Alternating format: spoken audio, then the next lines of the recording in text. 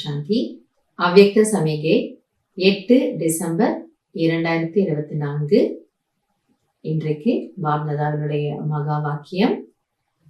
ब्राह्मण अर्थात समझदार, वे सदा स्वयं भी संतुष्ट रहेंगे और दूसरों को भी रखेंगे.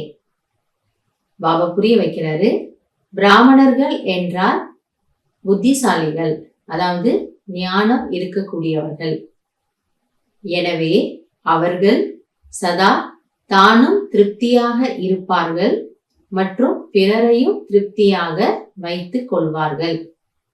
अगर दूसरे के असंतुष्ट करने से असंतुष्ट होते तो संगम युगी ब्राह्मण जीवन का सुख नहीं ले सकते.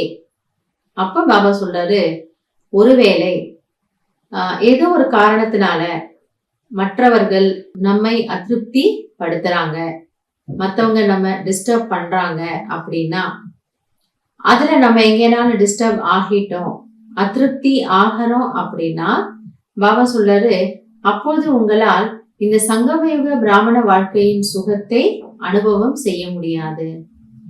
ஏன்னா பலவிதமான சூழ்நிலைகள் வரலாம், பலவிதமான மனிதர்கள் நம்மை சுற்றி இருக்கலாம்.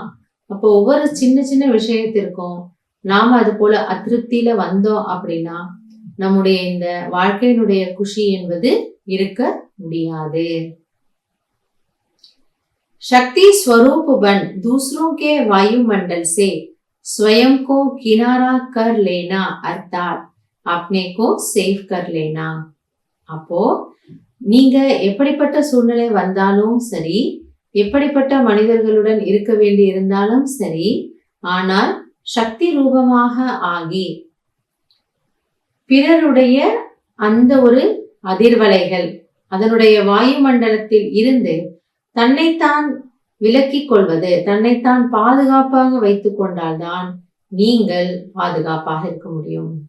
சோ யார் யார் வேணாலும் எப்படி வேணாலும் நம்ம பத்தி நினைக்கலாம், அவங்க நமக்காக வீணானதையும் உருவாக்கலாம் அல்லது எதிர்மறையானவற்றை கூட உருவாக்கலாம். ஆனால் அது உங்களை தாக்காம இருக்கணும் அப்படின்னா பாபா சொல்றாரு, நீங்க உங்களை சுத்தி ஒரு சக்திசாலியான வாயுமண்டலத்தை உருவாக்கி வச்சுக்கோங்க.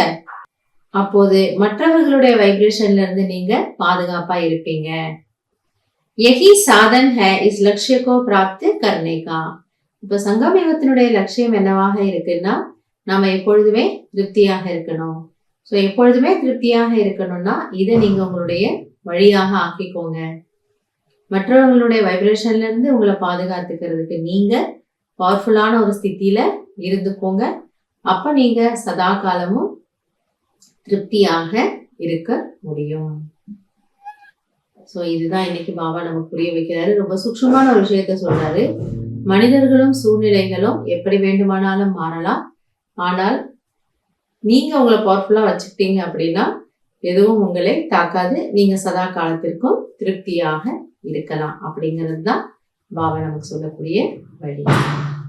நல்லது. ஓம் சாந்தி.